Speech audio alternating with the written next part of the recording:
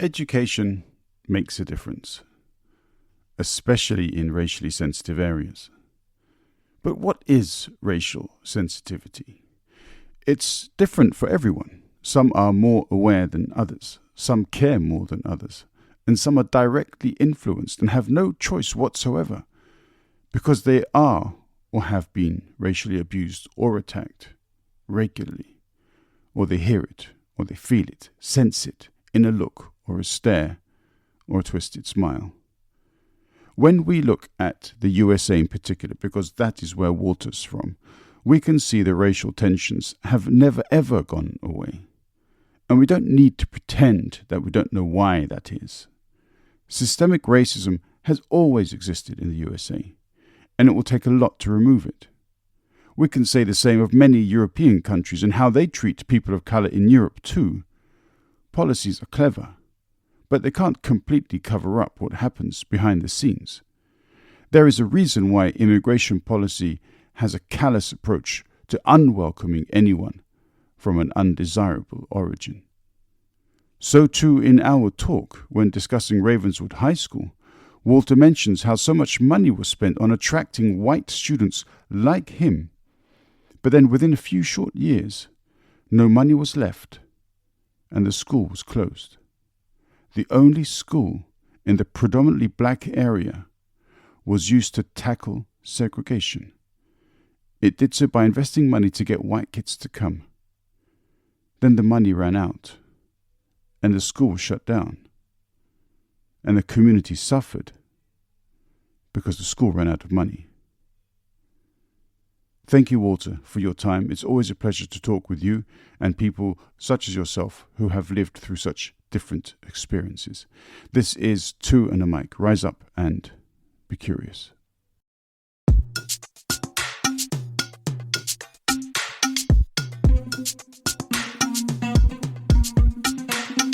Dung weche pek kod welo mabiro e Two and a Mic.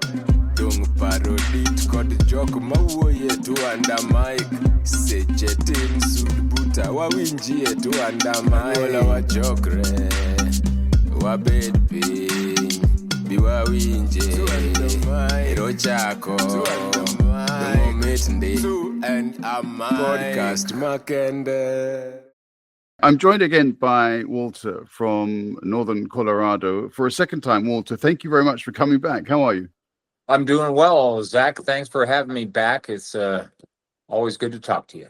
Fantastic. Yeah, last time we spoke about issues pertaining to Nicaragua and some of the activities that were going on down there, and your reflections afterwards when you started to put things together. And in that conversation, some memories also came back to you about your school time, and you mentioned some of the sort of interesting time frames, because I mean the school that we're talking about it's not in Colorado, is it? This school is in California, right? Right. It's in South Bay, San Francisco area. Yeah. Okay. All right. And so the school you attended was called Ravenswood High School. Now, yep. You sent me this interesting video, and this video showed some interesting elements. So there was supposed to be, so this sort of time of when schools were going through, or some schools were going through a process of desegregation. So there was this plan to join black and white pupils together. And this particular school was predominantly a black school? Yes. Yeah. Yeah. And I was, my freshman year, I spent at a predominantly white high school. And I saw how blacks and whites were interacting at my freshman year.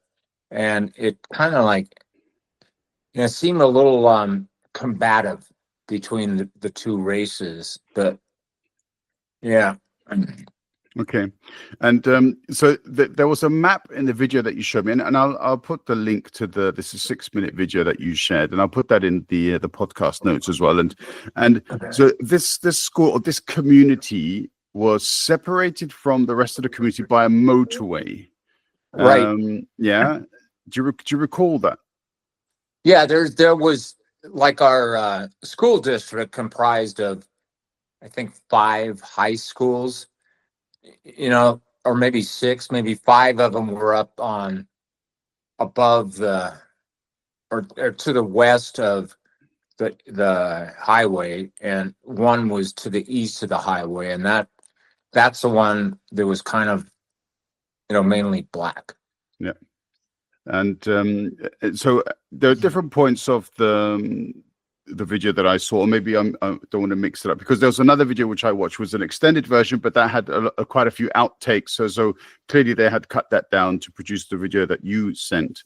And they mentioned that at the time there were 98% of the students were black, more or less, but the principal, the vice principal, and such, they were white. And there was something. So first of all, before we go, do you want to talk a bit about how things were when you got to the school? As in, what kind of atmosphere was it when you got there? Then, if it was less combative than the other experiences that you'd had. As I became a minority in a majority black community, the tensions were far less. It's like I'm on their turf, and they're comfortable on their turf.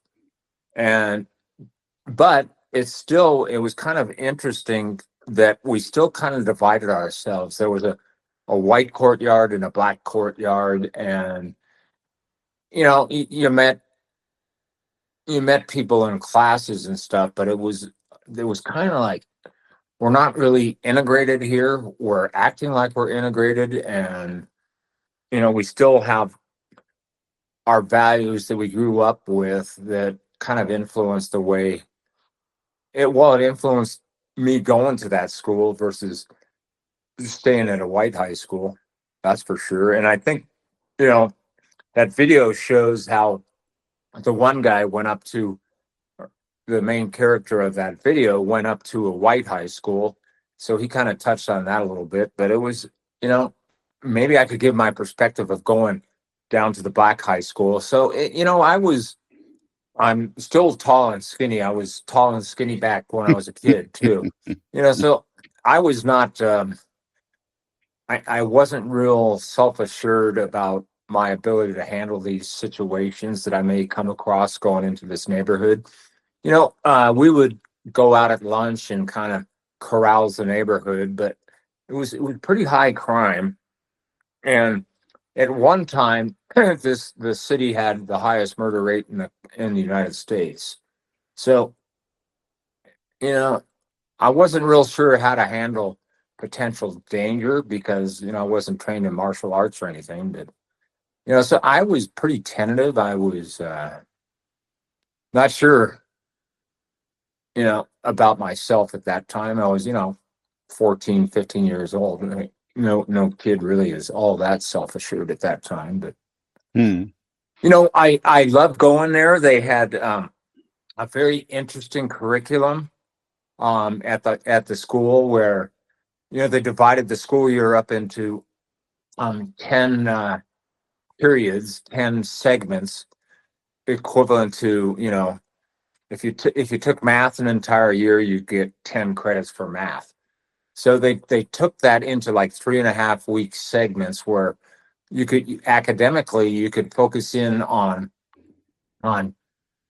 take a 3.5 week course on Nazi Germany and just get into specifics on that. And so that was they had all these really great divisions of ways of looking at history, just little segments of history. So you could pick, I want to learn more about Nazi Germany, and go to that class. And then there's other, they had to get the white people to, participate in this.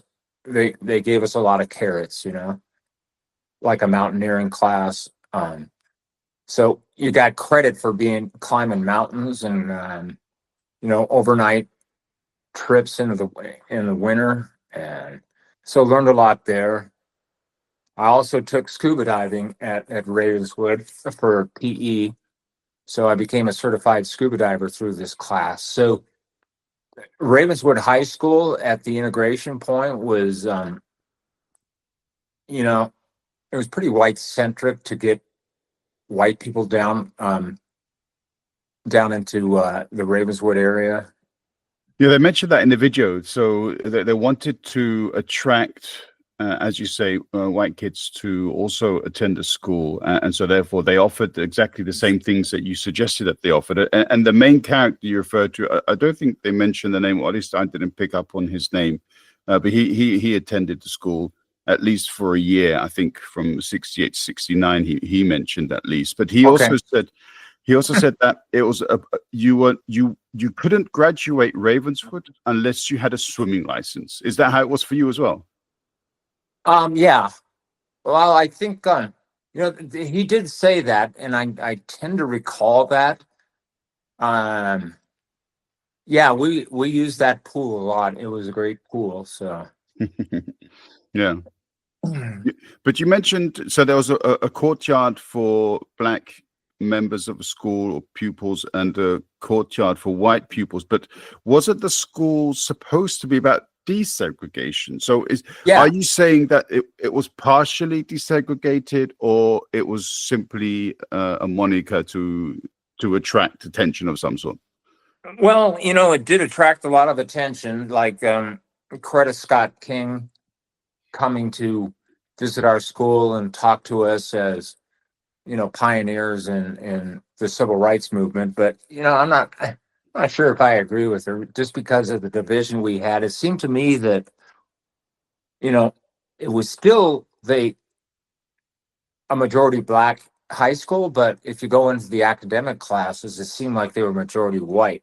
So I just was not quite understanding the demographics of my high school.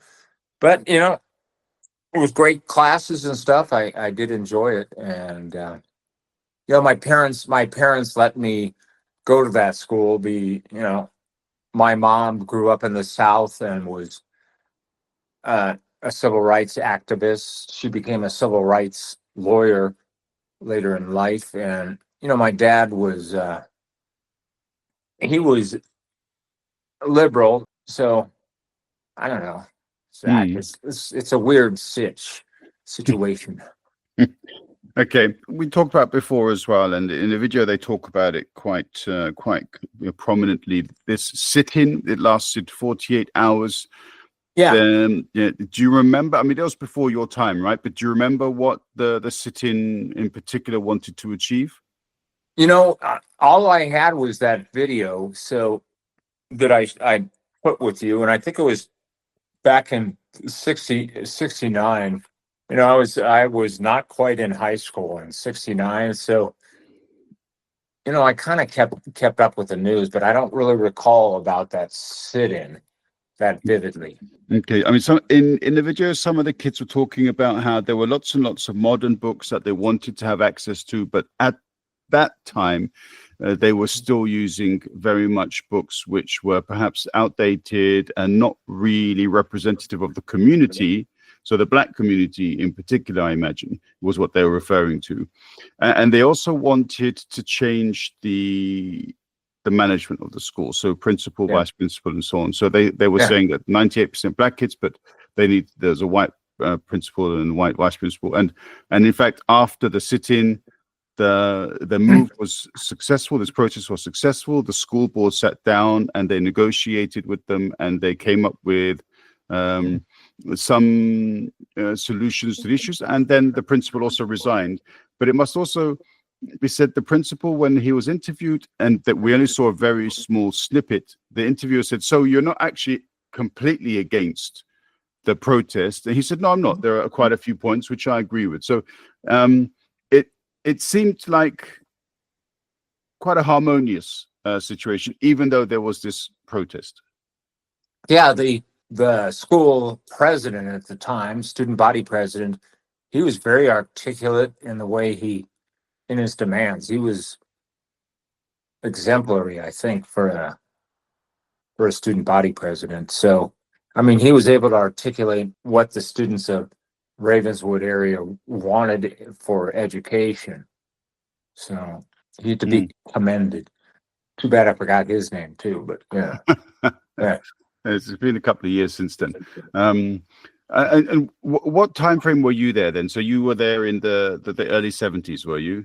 Yeah, I started in the fall of 1971 and then graduated a year early in the spring of 1973.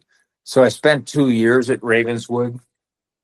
And one reason I graduated early is not because I'm, you know, one thing, the way that the busing situation worked out is normally you'd get bused after the classes were over. However, due to the length of the bus routes and everything, they waited until um, sports was over in the afternoon. You know, if you're on the basketball team who practice after school, there's an extra hour. So every day I had an extra hour to kill, and I just took classes to fill in that time. So I was able to graduate early and move on to other things like Nicaragua. But Mm-hmm. Well, you mentioned before you were tall and skinny, and but basketball wasn't your thing. no, I wasn't coordinated. No, Okay. you're gonna have coordination. And I think I was a left-handed forced to be a right-handed guy. So kind of threw off my coordination. But Oh yeah, okay, I see. All right, and then the school closed then in the late 70s, mid to late 70s. I can't remember yeah, I the think exact date. 1976, 77, something like that. Yeah. Okay, So it all didn't right. last very long, you know. Mm. I mean, they said that it's because there were diminishing numbers of applicant students, and so when it kind of dropped to 50% of capacity, then they just decided to close the school down. And the video that we saw, it doesn't state exactly when the video was filmed. I imagine it was at least a decade or so later. It looked like it was from the 80s, judging by the jeans and the jeans jacket that the gentleman was wearing. But I mean, do you know, is the school still in that state, or has it been knocked down and built over? Do you know? It's now a fine IKEA. You Oh, know, they turn it into a shopping mall. So oh, really? yeah, Okay. IKEA, Home Depot. Oh, good. So it's non-existent. It got bulldozed over. Okay. Because when I did a search for Ravenswood, then it kind of gave me different Ravenswood High School, which is up until from On the East 2022. Coast or something. Yeah. Yeah. Okay. So that's why then the school wasn't brought back to life. It died in the 70s, and that's it. Yes. Yeah. Okay. So in those kinds of scenarios, and from what And you know what that did, Zach, though? It took away localized education and forced it up into the white areas. You know, let the white community educate these black kids, you know, and it kind of like, to me, looking back, it kind of destroyed a culture, you know. It was when we started, when I started into going to that school, you know, the number one music hit was Marvin Gaye's, you know, era of music of, you know, Let's Get It On and stuff like that. But, you know, that whole culture got disintegrated because of this integration plan that was unsuccessful. It took away education out of the community. And there was a lot of violence after that. That's why it became a murder capital of the United States. It had, you know, drugs were obviously a big issue, but I don't know. It's like disappointing, this experience that we went through, that it wasn't successful. Yeah, funnily enough, that's exactly the question I was going to ask you then, because where did that leave the community? Because the character in the video, he talked about how he was quite popular in school because he loved his drama. He was a bit of an actor, as it were. He was a bit of he had a creative streak in him. He liked to sing. They had a choir. But he also mentioned that at the weekends, one part of the school was always used for some kind of show they used to do, and there was quite a bit of competition.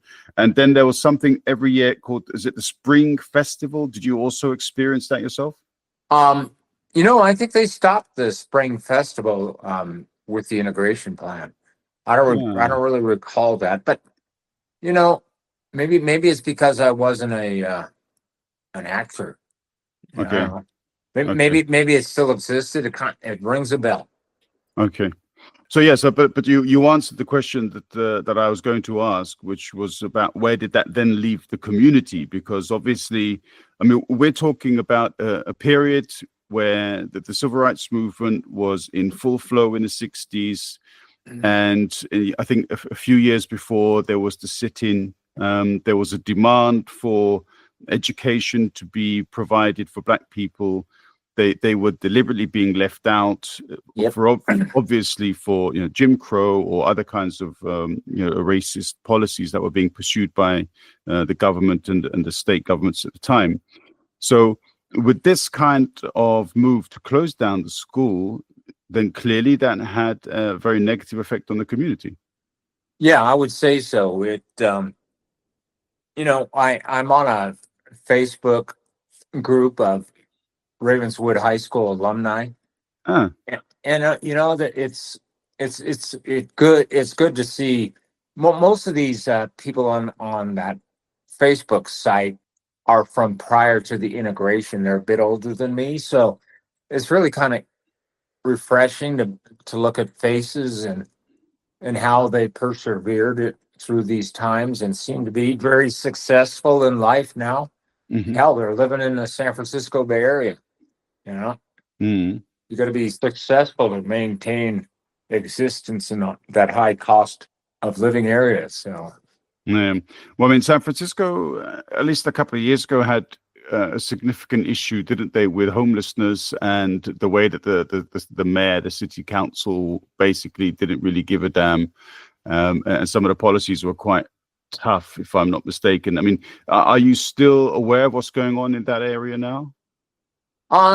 well, my brother still lives in the area, so I don't know if we discussed that all that much. I mean, he had really enjoys San Francisco, and every time I go back to visit him and my cousin, is like this. I love this area. Um, yeah, they were like the forefront, along with Oakland, California, across the bay from San Francisco, of the whole homelessness situation, which nobody's been able to solve that problem other than send them off to some other place, wherever. Yeah. Yeah, yeah.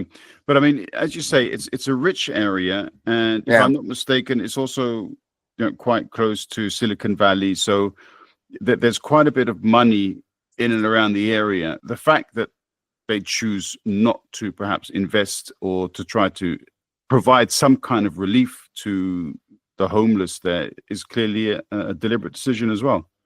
Right. Ravenswood High School was in Silicon Valley. So it's the whole Menlo Park, Palo Alto, Sunnyvale area. Yeah. And I kind of, it'd be very interesting to dig into what's going on out there with the homeless situation now. If they've cleaned up the streets, yeah, I'm sure they didn't provide hard housing for the homeless. I mean, where are they? What are they up to? I thank God I've never been homeless. Yeah, but unfortunately, it's a reality that many face, and obviously Yeah, not just in that area, but in other parts of the world too. Um, absolutely. yeah. So after Ravenswood, then what did you then move on to? Where was your next educational institution? I went to a community college. Since I graduated early, I went to a community college for 6 months and kind of got my eyes opened as to how difficult college was going to be for me. But then I ended up going to San Diego State for 2 years, and then decided I didn't really enjoy Southern California that much, so I went up to Humboldt State in Northern California, close to the Oregon border, right smack dab in the middle of the redwood trees.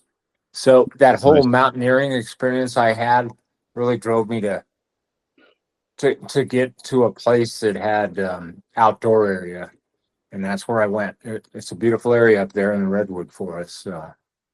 And then I got a job with John Deere, and first assignment was Nicaragua. Yeah, which is basically where we caught up in our first podcast. There was Right. in the video that you sent, there was a sign. I think it was painted onto one of the pillars near where they were saying no cycling. It said Ravenswood. It was good here. Thinking back, and you just mentioned it there, you appreciated some of the extra activities which they had deliberately put on to try to attract exactly your kind of demographic. Yeah. Looking back, though, would you say that, yeah, Ravenswood, I really had a good time there? Well, a lot of people look at their high school time as a time of that they don't recall all that fondly. But you know what? I loved it there. I loved the people I met. It was I loved the experience I went through. It was fantastic, and no regrets. No. You touched on the drug problem, and in our conversations off mic last time, we also talked about mass incarceration and Yep. the new Jim Crow, essentially, and so on. And perhaps maybe we should talk about this in greater detail, because you've also read quite a bit about this. And maybe we could get into it in more detail in another episode. Okay. But just kind of to talk a bit about that, because we talked about the community and how it had been left behind when, or perhaps deliberately, when they closed the school down, and then perhaps an element of delinquency came in, and drug dealing and so on. But with this new Jim Crow, and as you were saying with Nicaragua, where they were sort of bringing in the drugs and then selling it, there's crack cocaine to the kids and getting them deliberately arrested, and this whole process of essentially in mass incarceration. Would you say even then, back then, it was kind of like a thing in the 70s, more or less? Well, in the 70s, in the 60s, I believe were the Watts riots. A big uprising against the status quo. And the mass incarceration of blacks really didn't start until Ronald Reagan's presidency in 1980. So in the 70s, I think we were kind of in a little bit of a war zone. I mean, the police hadn't taken over and created a police state, but I think CIA-driven intelligence pretty much they figured out a plan. And so it was a limbo area. I think it was like the civil rights movement was just coming about, and our integration of our school district was in response to the forced integration that Boston went through the year prior. So we decided our area decided to not have the federal government mandate integration. We came up with our own plan for the area, and so it was a different time. It was like, like I said, it was kind of in flux. It was right after, the 60s is when the civil rights movement came to a forefront, when the civil rights movement got some ground. And as soon as they got some ground, the CIA figured out how to stop it. And then with Reagan, they increased imprisonment dramatically. Sure. Yeah. And also just sort of quickly to mention it, because I just recorded another episode of I think the previous episode to what people will hear now will be me ranting about the Judiciary Committee's meeting on free speech. Okay. And I went back and did because it kind of reminded me, if you think back to like the 50s and McCarthyism and the House Committee on Un-American Activities, and looking back and finding a list of items which were in their times considered to be un-American. Civil rights came up as something which at the time in the 60s was considered by some politicians to be an un-American movement. When you think about civil rights, how do you feel about it? Because for me, civil rights is an intrinsic part of the 20th century in America. Yeah, good question, Zach. That's a complicated one, but you know, I'm almost tongue-tied on how to respond because basic rights are human rights, and to exclude one group from having rights and giving all the rights to a different group, I mean, it's atrocious. It's a horrible society we've created by dividing and saying one group gets something, one group doesn't get something. It's overwhelming. It's something that we deal with every day here in America.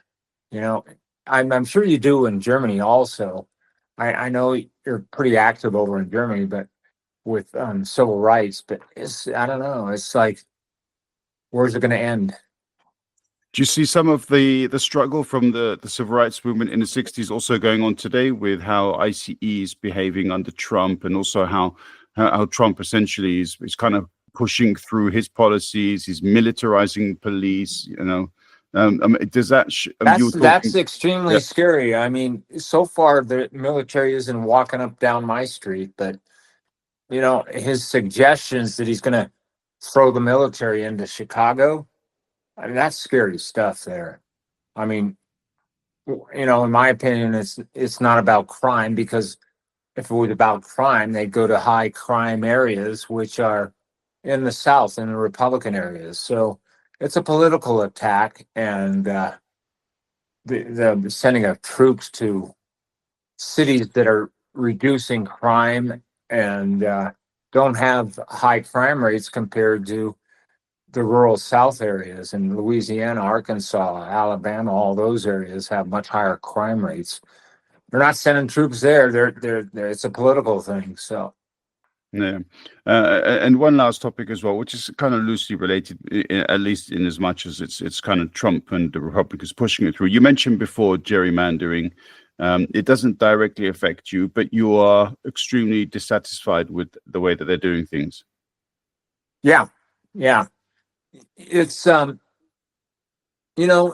my state is, I don't know really how gerrymandered my state is, but it's like I'm up here in a liberal area, and then right next, the city right south of me is in a different state district. So, and that state district is led by Lauren Boebert, Okay. a notorious Trumper, and Yeah.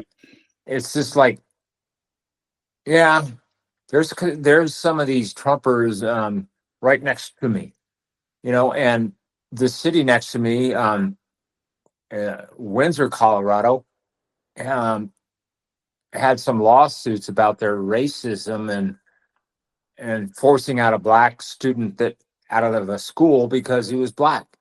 So all that stuff's hitting pretty close to home. Oh, wow. And the old saying, if they do it to one guy, soon they'll come after me. My wife and I, we talk about this a lot. We're older, and it's just like, we could see them coming after us. It seems like, God knows what's going to happen next year. Will I still have some financial assistance when it comes to Medicare? Not Medicaid, but Medicare, my actual Medicare. Will they change the laws so I no longer get reimbursed for drugs? And that creates a financial hardship on me. The big financial hardship, though, is these tariffs and what they're doing to the cost of my groceries. And and they haven't really even hit yet in all the stores, these tariffs, but they're coming. And it's, I feel this. I track my expenses and what I spend on groceries, and I think they've gone up 8% over last year. But the cost of living index, whatever it's based on, I know what it's based on, but it's a pocket of goods that they analyze, but they're only projecting to give us a 2.7% cost of living increase for 2026 when I know damn well groceries are up at least 8%. And it's almost impossible to go out to eat anymore because the price of food at restaurants is up even more. It's up like 12%. So whatever's happening is definitely affecting me. Yeah, I'm sorry to hear it, and there are many, I believe, in and around the U.S. who are suffering as a result of Trump's presidency. And I'm just hopeful that the midterms will perhaps redress some of the balance and try to bring some of his policies under control. I guess that's one of the benefits of the U.S. system. But yeah, holding out for the first 2 years, I mean, who knows what he's going to do by then? But yeah. Time will tell. Yeah, I'm a bit more pessimistic. I think, I don't know what the midterms are going to solve. It might solve it, but you look at history, it seems like it's going down this horrid authoritarianism, dictatorship, and I don't think that's going to pull back. You know, there's a lot of people that are, you know, supportive of white nationalism, and that kind of brings us back to Ravenswood High School, and yeah, that whole thing of white nationalism, that we didn't solve that problem at Ravenswood High School, I'll tell you that. Yeah, apparently not, unfortunately, and neither did a few other places too. Correct. Yeah. Walter, thank you very much. Thanks for your time. Thanks for coming to and talking to me about these things. And we'll get together and we'll talk about mass incarceration in our next one. All right, sounds good, Zach. I appreciate the call and thank you for your time.